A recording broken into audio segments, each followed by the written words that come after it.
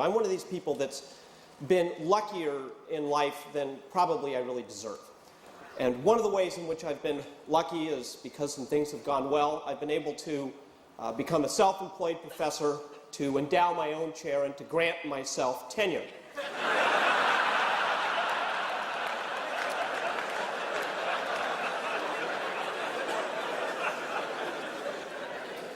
What that means is that I don't really have to do anything I don't really want to do. And I say no, or we say no. We have a council that says no to 24 out of 25 invitations to come and speak. So the 1 in 25 that we accept, there's always a reason, a very compelling reason to be the 1 in 25. And in this case, the compelling reason is this wonderful group of over 30,000 vectors, as I like to think of it. You folks are in positions of leverage and influence, kind of like major strands in the fabric of society. And through your work, whatever one's beliefs, through your work, society is stronger and people's lives are better. And the opportunity to reach 30,000 such vectors is just, best I can say, it's a privileged opportunity. Now, I'm here, though, to challenge you. And as outstanding as your work is, as how deep and noble your motivations are, you can do better. And given the importance of your work, it is not acceptable or appropriate to be only good. You have to try to make your churches not just good, but great. And therein lies a problem. Good is the enemy of great. And if you think about it, that's one of the key reasons why we have so few things that ever become truly great. We, by and large, send our kids to good schools, not great schools. We, by and large, don't have great government because we have good government. Works pretty well. Most companies, which is what I've spent my life studying, never become great because most are quite good. And the truth is, the great society of abundance that is the modern world for many countries, the sad truth is that many people will have to get to the end of their lives and have to accept the horrifying truth that they did not have a great life or help others have great lives because they compromised, and it's so easy to settle for just a good one. Good is the enemy of great. And I'm here as a teacher to share with you some of what I've learned in now almost 15 years of research about what separates great from good, how good might become great, and in particular, a style of leadership that might be essential for making that happen. Now, my approach is empirical. I love data. I'm doing some new research right now where the raw, uncalculated data can't be backed up on a single 700 megabyte CD-ROM. And it just makes me really happy.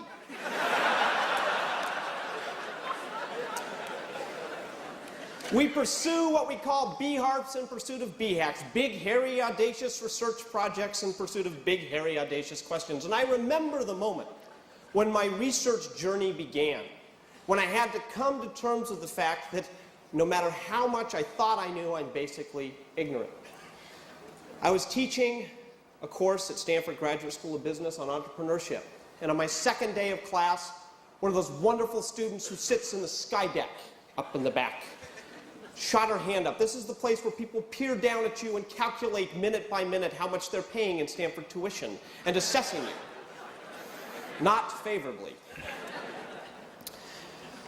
Jim, I have a problem with what you're doing in this class today. The problem is that your syllabus is about how to start and build great companies or great institutions from the ground up. But you're having us learn from companies like, say, Apple Computer. And Apple's done some neat things, and this was about late 1980s. But how do you know, Jim, that Apple was successful in any way because of what it did? It appears to me they were just lucky. If you had the Apple II in 1977 and the Macintosh in 1984, you could do a lot of things that were just flat out unintelligent, and for a while it wouldn't matter. They were in the right place at the right time. And so if that's the case, let me ask you a question. Why should we learn from you? How do you know that you're not just feeding us managerial cyanide? Now, I was 29 years old, and I had ringing in my ears the comments of a faculty member, a colleague of mine named Robert Bergelman, who said, whenever you get a question like that, try to look wise.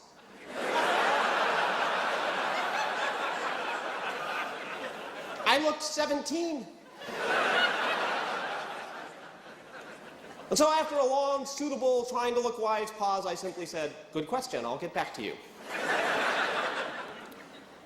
And it was a great question, because it really planted the seeds of something that had been really bothering me, which is how would you ever separate out the because of variables versus the in spite of variables? How would you ever know what really accounts for something being exceptional versus not?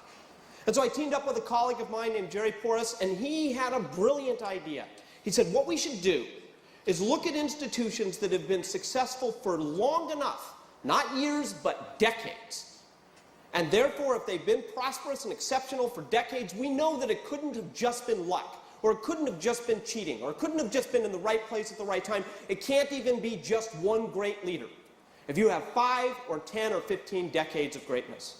And that was the genesis of the book Built to Last, and the real key was the idea of matched pairs, comparisons, taking two companies that were in the same spot, same time, same opportunities, same resources, same moment of birth and history, like genetically paired twins. But one became great and the other didn't, like GE versus Westinghouse. And you track them over time and you ask systematically what was different over the long course of history, and you get insights about what might make a great institution. After Built to Last came out, I was really struggling with what to work on next. My wife, Joanne, we've been married almost 25 years now, gave me some very wise advice. She said, don't set out just to do another book or just to do another project to fill the void in your life of not knowing what to do.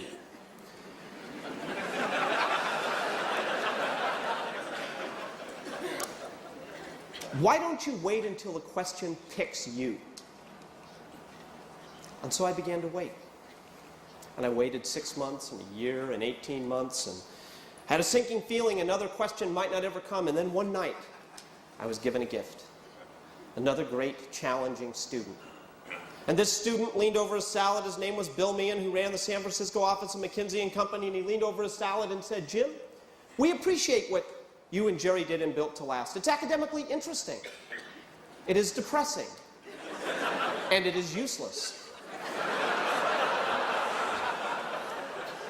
6 years of my life.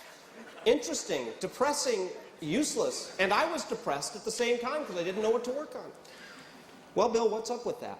And he said, if I look at it closely, the conclusion I draw is that good is good and great is great and never the twain shall meet. Because the companies that became great in your study had the right parents. They had the right wiring from early on. They had the right founders, and they grew up great. And the good ones remained good, and the great ones became great, but good never became great. That is academically interesting, but depressing for most of the world because they didn't get that start, and it is useless. Good question, Bill. I'll get back to you. And so we set off on a new research project, 5 years in duration, and I'd like to just quickly pop up the first slide, where we basically said, let's take on this challenge. Let's take on the task of looking at those that go from good to great. And we basically said, look, there's got to be companies, organizations that for a long portion of their history were just bumping along. They were only okay. They were only average. And then bang, something happened. And out of that, they went to a completely different stature. And there have to be other companies that were in the same spot, same time, same opportunities, same resources, same industry, same constraints, and they kept going sideways. And if we could ask what was different, what allowed one to make the leap and the other not, we might learn more about what makes for a great institution. Well, that's the research background. And I want to emphasize that all of our work really isn't about companies. It's about great institutions. We just get at it by studying companies. And what we're looking for are timeless principles, universal laws of physics of building a great institution that you can rely upon today or any day. And if we can put our finger on those timeless principles and adhere to them with consistency, we will have a better shot. Now, I would love to be able to spend all day going through all the principles we've discovered in all of our research so far. And I can't do that because we don't have the time. I would love to be able to spend some time going in depth about one of the principles that we call first who, then what? The idea that if you really want to build something great, you don't first figure out where to drive the bus and then get people on the bus to take it there. No, it's the opposite.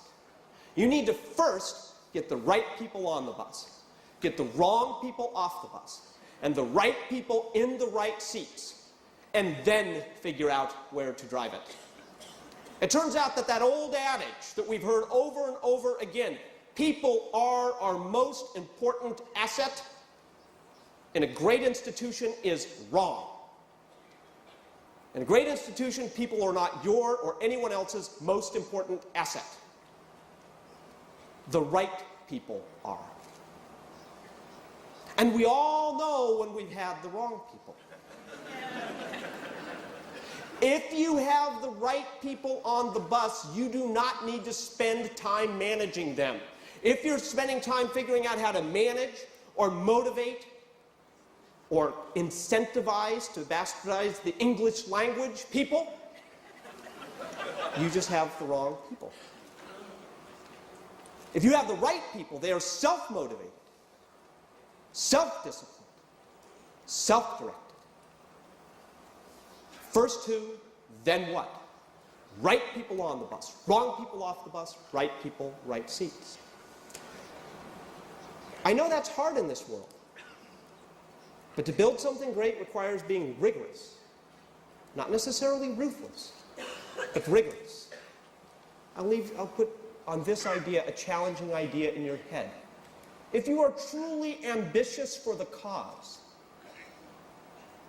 might you be letting down the cause if you do not have the leadership discipline to deal with the question of whether you have the right people? Where does your responsibility lie?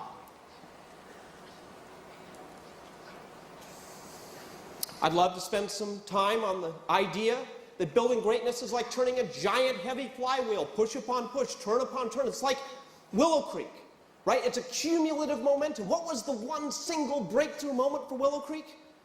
Well, no, it's a whole series. I remember when I first came to the first one, I think there was just this room and a little satellite off-site place. Now we've got all these centers, right? It builds like a giant flywheel. There's no single push. It's push upon push over time, like pushing a flywheel. I'd love to be able to challenge you on the idea that you should only do those things that meet 3 tests. You're passionate about it. You can be the best in the world at it. And it fits with your economic engine. But instead, what I'd really like to do is to focus on the principle that we discovered that has most to do with leadership, that has most to do with the challenges you face, and that fits with the theme of this summit.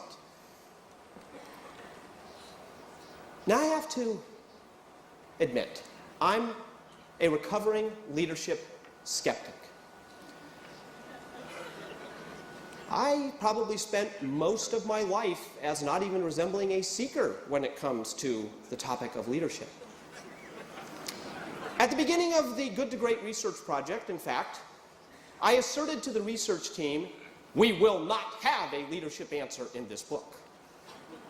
Highly conducive to their freedom of thought. And the reason I did that is because my view has been that leadership answers are sloppy. They are a giant plug figure for everything we don't understand. If a company or an organization does well, we say, it must have been great leadership. But then if it ceases to do well, we say, well, the leadership must not have been as great as we thought. We go round in circles. We cover up our ignorance by having the one all-purpose, simple, ready-made answer, it's leadership. And that is intellectually sloppy.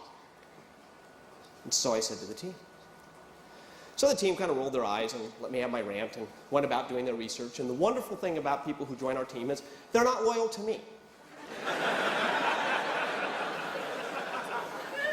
They don't care what I think. They are loyal to the data and to the truth. And one day I walked into a research team meeting, and the research team had all joined hands around the table, and I thought, well, that's kind of different. Jim, today is the day that we've decided to tell you that you are wrong. What about this leadership thing that you keep telling us not to look for? We think you're just biased, and it's a place where you're not being scientific. Because we believe that the data very clearly shows leadership to be a crucial variable in whether these companies made that leap from good to great. And I said, oh, really? So let me ask you a question, team. How do you explain the comparison companies? How do you explain the fact that companies that were in the same spot, same time, same opportunities, same resources, same size, same everything, and they also had leaders, and some of them were exceptional leaders? No one can tell me that Jack Eckerd at Eckerd was not a leader, but it was Walgreens that made the leap from good to great. And as we look through case by case, we find leadership in both the good to great companies and the comparisons. It tells us nothing. We must ignore it. To which the team said, we thought you'd say that. So we did our homework. And here's what we've discovered in the data that you're too blind to see, Jim. Our read of the data shows clearly that all the good to great leaders were cut from the same cloth. And it was a cloth that was different than the comparison companies.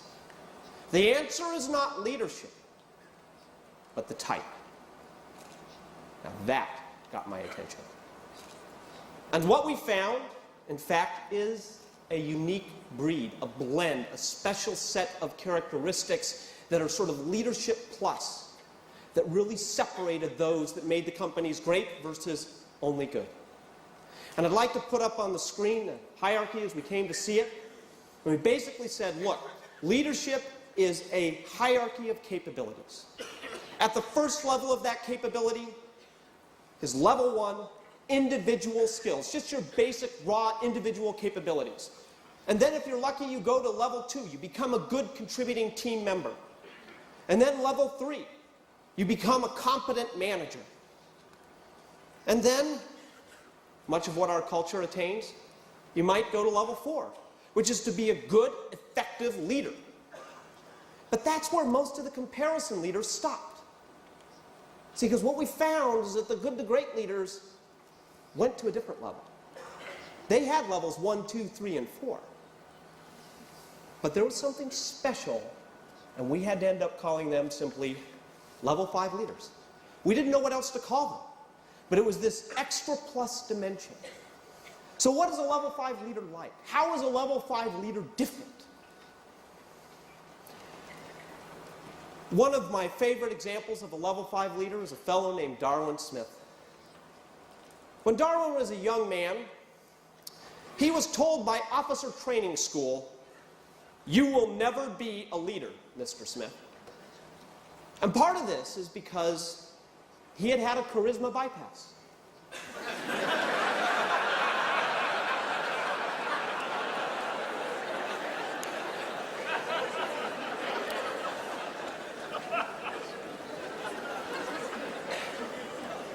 He went on and became an attorney, became a corporate counsel of a company. And shortly after being named chief executive officer, there were shades of his experiences as a young man. And a director pulled him aside and said, "Darwin, I want you to know that I voted for you. I will support you as chief executive officer of this company, but I also want you to know that I don't think you have the qualifications to be the chief executive of a major Fortune 500 corporation. And once I conclude that, in fact, you are incompetent for the position, I will initiate proceedings to remove you. You will never be a leader, of course, Mr. Smith." Now, at the end of his tenure, after doing one of the most remarkable transformations in corporate history that I've ever studied, And recently, we compiled a list from all of our research of what we think are the 10 greatest CEOs in America of all time. He clocks in at number 5. At the end of his tenure, after making one of those curves, a huge transformation, he sums up by saying, I was just trying to become qualified for the job. Darwin Smith never wanted it to be about him. When the Wall Street Journal came and wanted to do a story on the company, he said, wonderful. You can do a story on the company. You can do a story on our people, on our culture, and our technology, and all the neat things that we're doing, but you cannot do a story on me. The reporter shows up, sits down, begins asking Darwin questions. Mr. Smith, would you care to explain your management style? Darwin was worried about where this was going, so he wanted to deflect it from himself. And he had a wonderful response to the reporter. 4 minutes of silence, followed by one word, eccentric.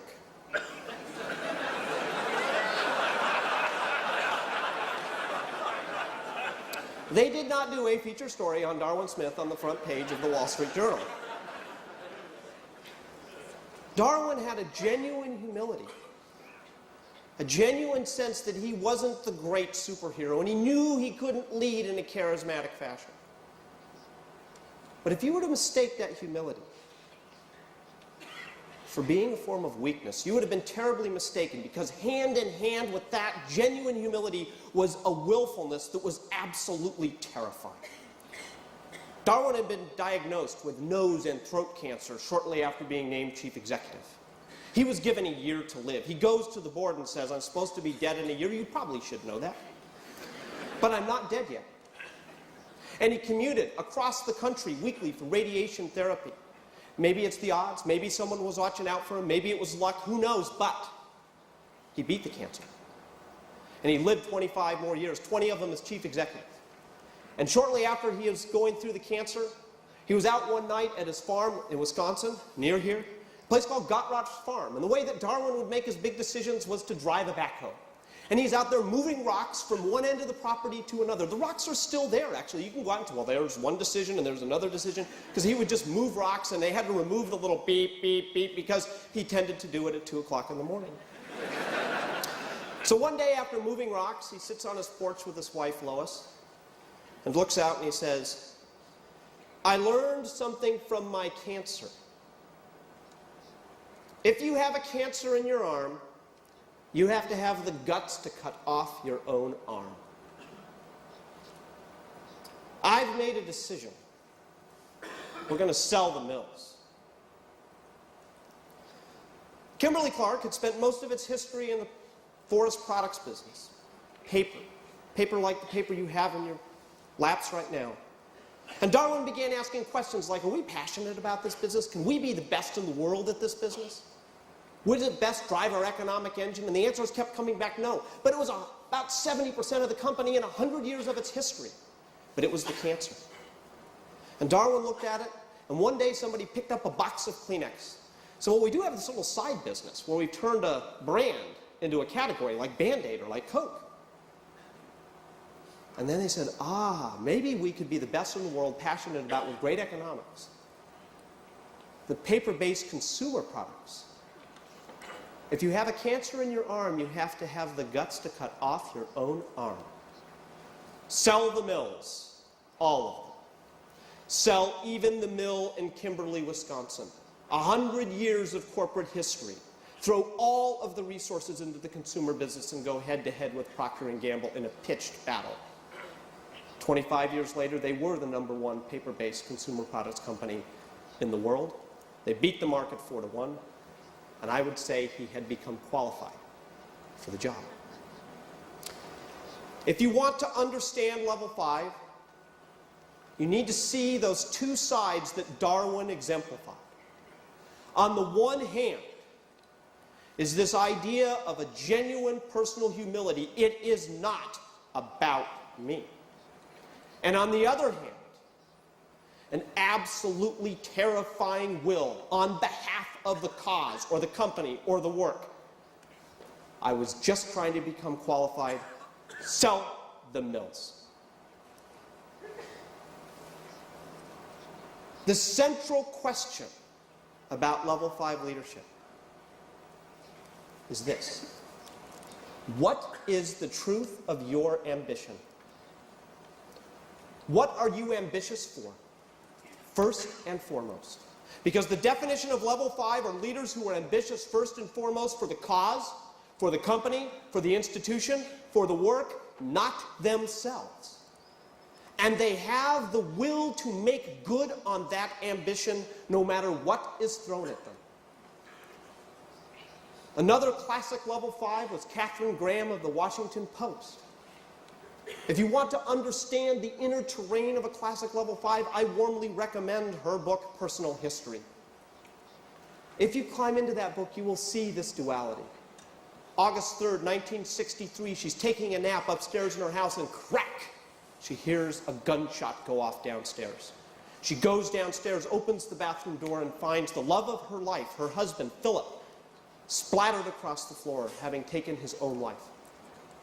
Not only did she have to deal with that, but she had to assume burden of responsibility for the Post, a position she'd never envisioned that she would have, at a time when women didn't hold such positions.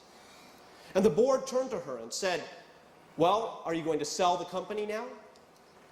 And her response would be like Queen Elizabeth saying, "We're going to give in to France." To say that Katharine Graham was a steward for the Washington Post would be like saying Queen Elizabeth was a steward for England. Queen Elizabeth I, that is. She not only took over the Post, but she took on an ambition of saying, we're going to turn this mediocre, average regional paper into one of the few newspapers in the world that is uttered in the same breath with the New York Times. And in the early 1970s came a decision to make, whether to publish the Pentagon Papers. And of course, at the time, it was more dangerous for the Post to publish the Pentagon Papers than the New York Times. Why? Because the Times had already published and had received a court injunction, which means the Post could be seen as defying the Espionage Act, which meant that they could lose all their media licenses and that would jeopardize their public stock offering and put the company at severe risk. What did Katharine Graham do? Ambition for the cause of journalism.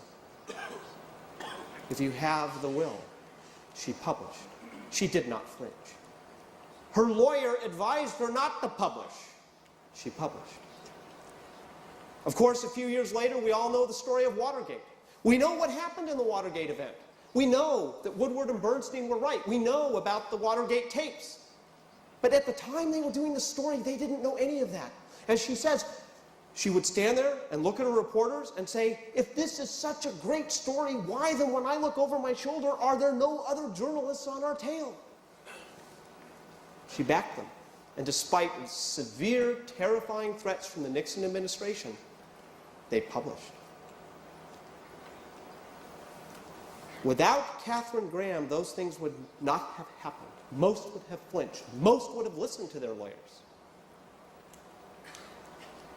But when it came time to take credit, she did not. I encourage you to read the paragraph at the end of the Watergate story of her memoir. I think the word luck or lucky appears something like 20 times. And she says, we were basically lucky this and lucky that. We were lucky we found the tapes, and I was lucky to have really good people, and lucky that. Well, yeah, you were lucky up to a point like to be Katharine Graham, too. And what that shows is a key idea for level 5 leadership. And one of the first steps to becoming a level 5 is to become comfortable with the window and the mirror.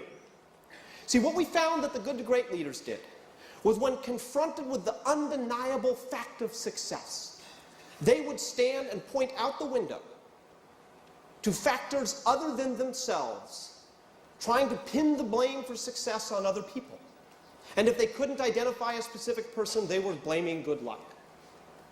But when things went badly, they would never look out the window. They would stand and look in that mirror and say, I am responsible. And what did we find in the comparison companies? We found leaders who, when things went really well, oh, they loved that mirror. I am responsible. I'm really good. I've written 900 pages on how good I am. Would you like to read them? But when things go badly, where do they point? right out the window. Oh, it's the markets, or it's a difficult year, or the economy's down. That is not level 5. What is your relationship to the window and the mirror? When confronted with the undeniable fact of success, is your instinct to pin the blame for that success on factors other than yourselves? And when things go badly, is your instinct to stand in front of that mirror and say, I am responsible? And it's one of the steps in becoming level 5, and I'd like to share with you a few of the others that we've learned so far since publishing the book. After Good to Great came out, we've been asked any number of times, can you become level 5? Is this innate? Is it genetic? Can you develop it? Can you find it? And this is not an academic question for me, because I can assure you that when I wake up in the morning and I go and I look in the mirror, I do not see a level 5 staring back. I hope people can become level 5, else I am doomed.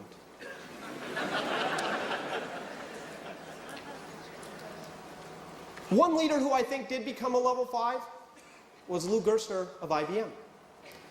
And I'd like to just quickly get the slide back up of the level 5 pyramid, because I think what Lou Gerstner did, if you trace his career, he was somebody who started out when he was a McKinsey analyst at level 1. He was a good, smart analyst. Then he became a good member of teams on the McKinsey analyst teams. Then he became an engagement manager, and then he left McKinsey and went to places like American Express and R.J. Reynolds, where he was a classic, effective level 4 leader. And I think for Gerstner, most of the evidence, as I see it, he might disagree, is that it was really about kind of classic, ego-driven, win-purely driven, economic-driven success. And then he took the job to turn around IBM. And at the end of his tenure, he writes a wonderful sentence. Something happened along the way I did not expect. I fell in love with IBM. And for the first time in his career, he was burdened with responsibility where making it great mattered more than his own sacrifice, suffering, and achievement. I fell in love with IBM. And it teaches two things. One, it is possible to move through those levels. And two, whether you can be level 5 is somewhat contextual. I don't think that you can be level 5 in every situation. The truth is, in order to endure the terrifyingly difficult decisions, to publish the Pentagon Papers, to sell the mills, to do all the things that Gerstner did, you have to care enough about what you're responsible for. And here's the key. You either do or you don't. And the question I'd put to you is, do you care enough to endure the suffering of being level 5 in your role? And if the answer to that is no, find another role.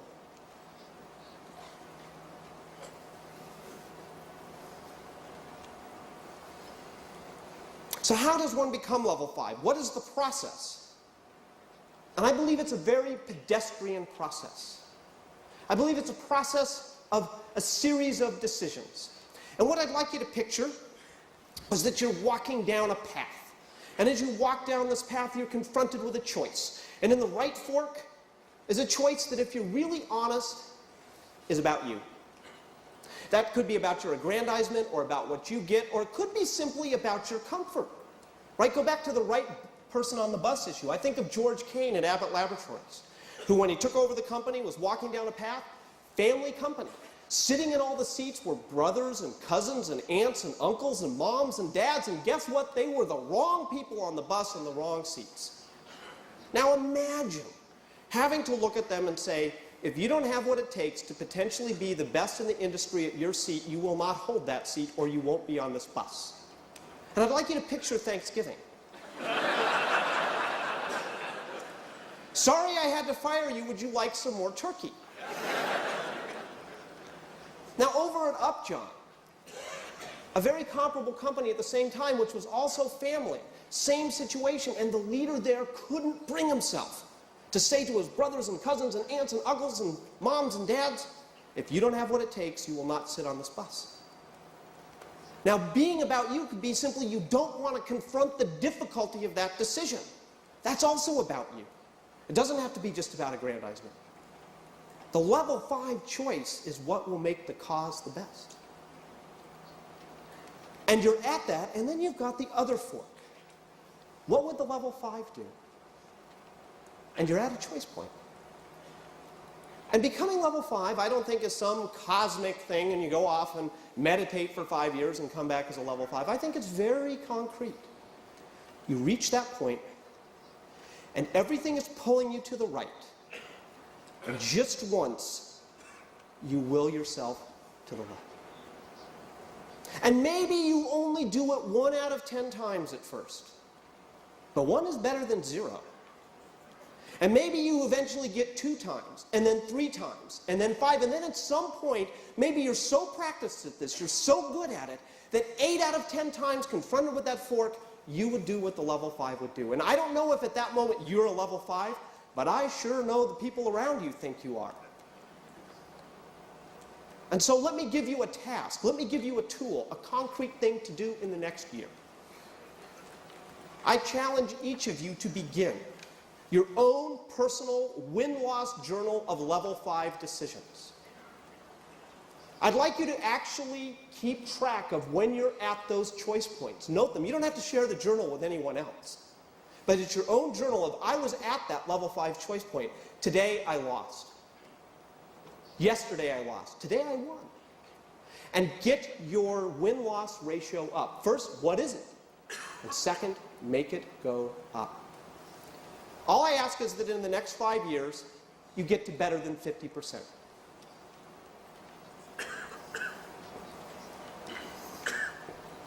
And as you do this, a second question for you to think about. Which is harder for you? Humility or will? Which is your dark side? Lack of humility or lack of will? Now, most executives say it's lack of humility because I have the will. I find this rarely to be true. I find they talk will, but don't do it.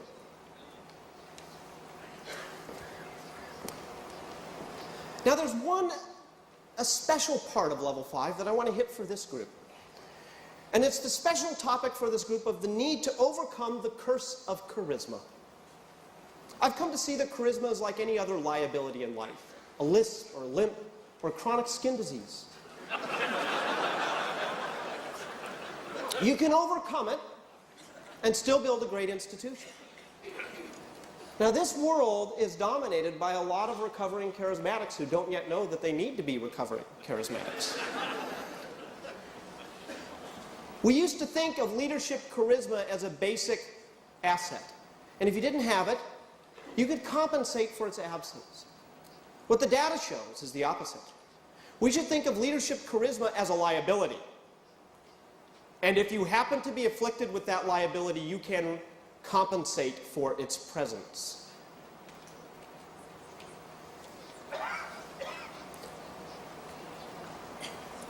Why might that be? See, if you're a charismatic leader, so much depends on you as the catalytic force. And the problem is that's not sustainable. If you leave your church and it declines in your absence, you have failed.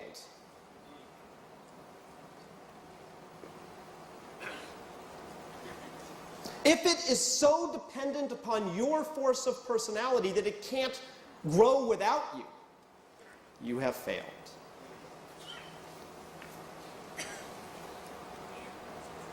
Now, there's a couple things I'd like to suggest for maybe how to transcend this curse of charisma. First of all, I want to give you some hope.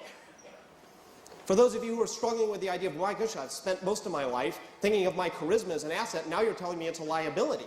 That's right, I am. But it's one you can transcend. And I like to think of a really great charismatic level 5. It is possible to be charismatic in level 5. And that's Sam Walton of Walmart, because he was very much to his company what a great pastor is to a church. He was the charismatic light. He was the leader that got everything going. He was the one that everybody associated with the company. And we wrote Built to Last, wondering what would happen when Sam went away. Well, what happened is it went from about 30 billion to today about 270 billion, and is on its way to having a GDP that rivals England.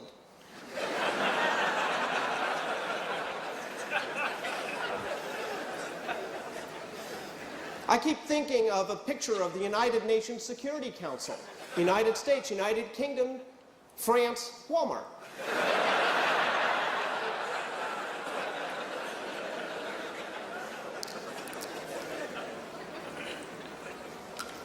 The point is, Sam understood the liabilities of his charisma. Sam understood that if the system was about him, if it was dependent on him, it wouldn't transcend him. And so he did two brilliant things. Did three, actually. The first is that he set in place a goal that was so huge, so audacious, and so long, a true big, hairy, audacious goal that would carry on far beyond his tenure. A goal, remember Kennedy and the moon mission? Kennedy died. The moon mission went far beyond him. That's what Sam did at Walmart. Put a goal in place that goes far beyond your tenure. Second, he picked a brilliant successor.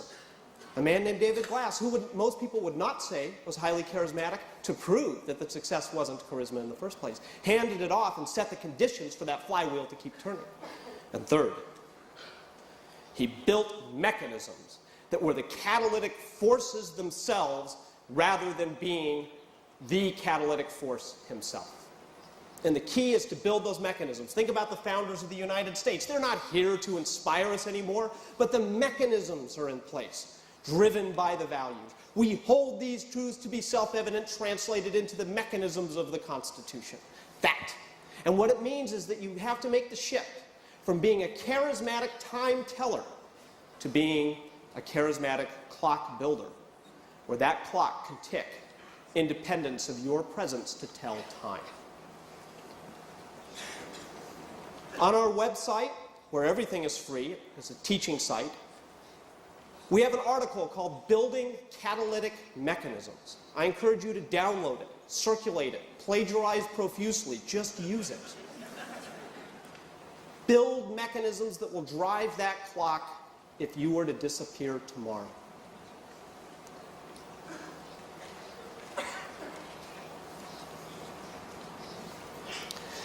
Now, I have good news and bad news in this presentation.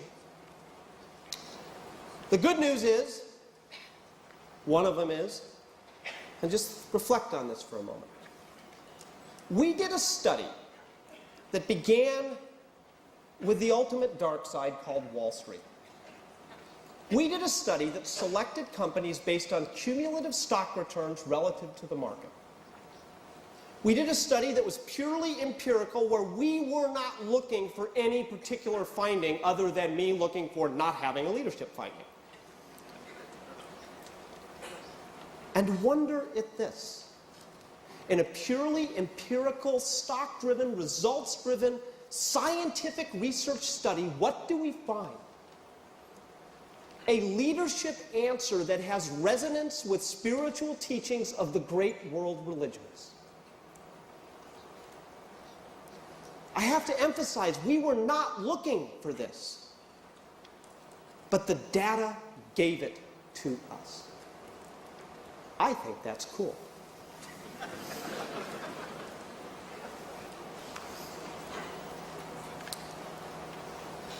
Another piece of good news.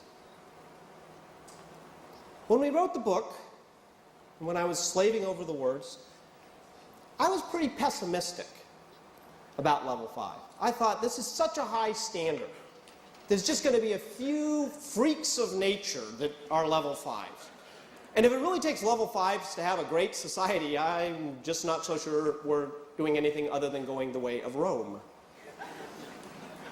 And in fact, we've seen a lot of evidence of that, haven't we? We live in a level 4 culture.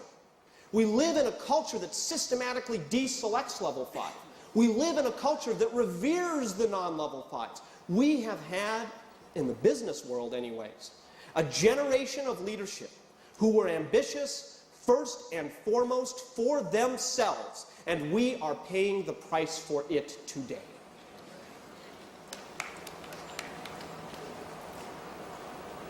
And that's dark. But you know what? Here I am reading a year ago, front page of USA Today, a respective back on September 11 of the year before. And there's this story about a mid-grade civil servant in the air traffic system in New Jersey And there's this wonderful line where after the first plane had hit the first tower, where he says, "We didn't know what was going on, but I knew something. I knew that if I was overreacting, it would be the end of my career. But I had to make a decision, so I shut the airspace down." That's a level 5 decision. That's a level 5 decision by a mid-grade civil servant running the New Jersey air traffic space. And it got me thinking and looking around and realizing that level 5 is everywhere in our society. It just tends not to be at the top.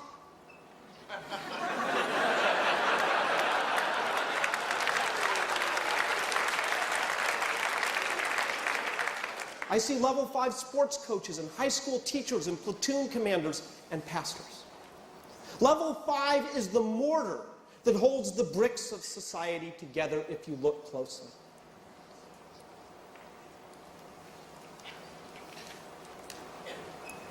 It is a hard journey, but I think a lot of people can do it.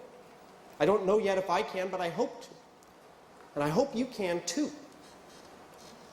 But being such it's a hard journey, I have 2 closing thoughts on it. The first is a question. Is it perhaps a brutal fact that you have to sacrifice your family and your relationships and allegiance to other variables in order to be ambitious for the cause with will? What is the price of being level 5? Do you have to give up all the rest? Well, the data, and I do love data, is a 50-50 mix. About half of the good to great CEOs, in fact, I would say trashed most of the rest of the stuff in their life. But that's good news, because the other half didn't. And they also did it. And what we learned is that being level 5 in your work and being able to be level 5 in other parts of your life is not a function of circumstance. That is a function of choice. And if you don't have it, it is your choice, not your circumstance. I look to Coleman Mockler, the chief executive of Gillette, when it went from good to great, who battled 3 massive takeover attempts on the company. I mean, you talk about short-term pressures, staring down these corporate raiders. In the middle of the takeover battles, he didn't come in on weekends. He didn't miss time with his family. Yes, we probably should have a board meeting, but I have something to do with my daughter tonight, thank you. Mr. Perlman, who was making a tender bid, could wait. My daughter's more important. And he gave freely to his university, which he loved dearly. And at the same time, he founded a group of business leaders in Boston who would get together every, I think it was Monday morning, to discuss the application of their Christian faith to their work life. He did all this while battling takeovers and being one of the only 11 CEOs in corporate history that I found that took companies from good to great. And when he died, somebody who was at his funeral said to me, the thing that stood out was how much Coleman was surrounded by love. It is a choice.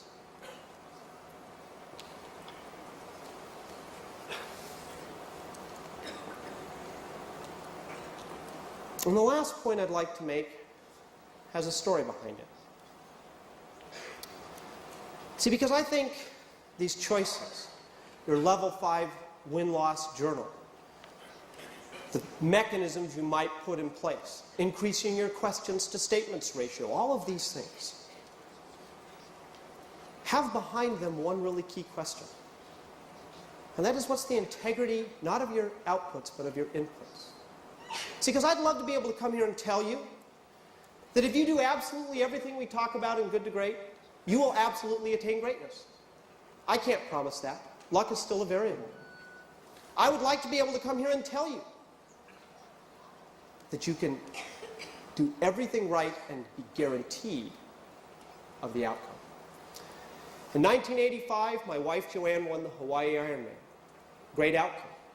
But that's not the greatness. As she went into the race that year, she had a hamstring injury. She was only able to run 17 miles a week in preparation for the Ironman, which, as you know, is a 2.4-mile ocean swim, 112-mile bicycle ride, followed by a 26.2-mile marathon run, on the hot Kona coast of Hawaii in 100-degree heat, it is just stupid.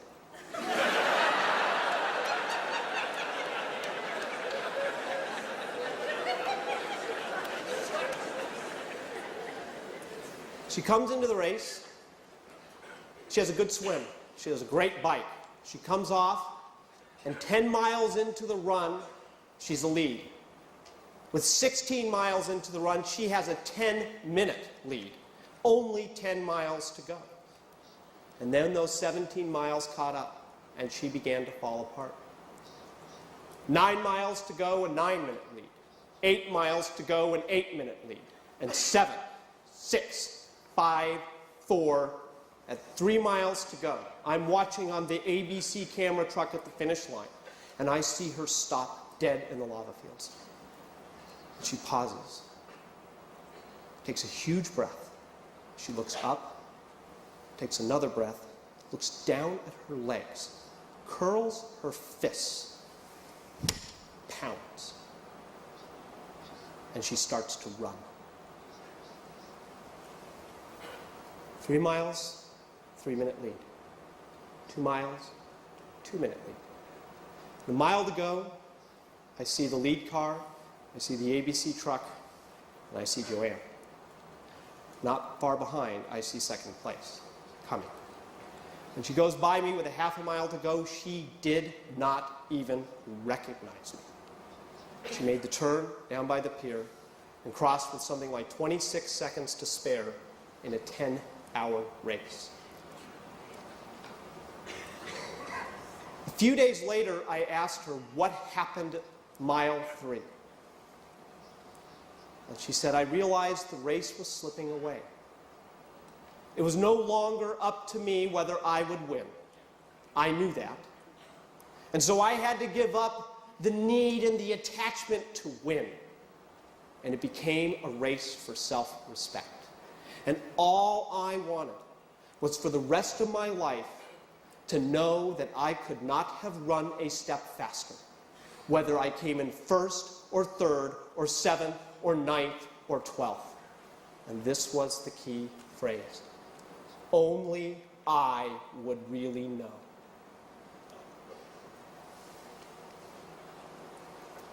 That lesson is, in the end, what I see as the deepest lesson of greatness that didn't even come from my research. If you can't promise the outcomes, you can't guarantee the growth of your church, you can't guarantee in the end whether you're first or third or 5th or 7th or 12th, the only thing you can guarantee is the integrity of your input. And you're the only one who ever really knows whether you cut a corner or lied or did it not as well as could be done, or made a whole series of non-level 5 decisions disguised as level 5 ones. Only you know. And if in that quiet sense of you knowing, you really like what you see, then whatever the outcomes and the sizes of your churches, you have attained a level of greatness that I think is even higher. And that is what I wish for you more than anything else. I will leave you with those thoughts and say thank you again for the privilege.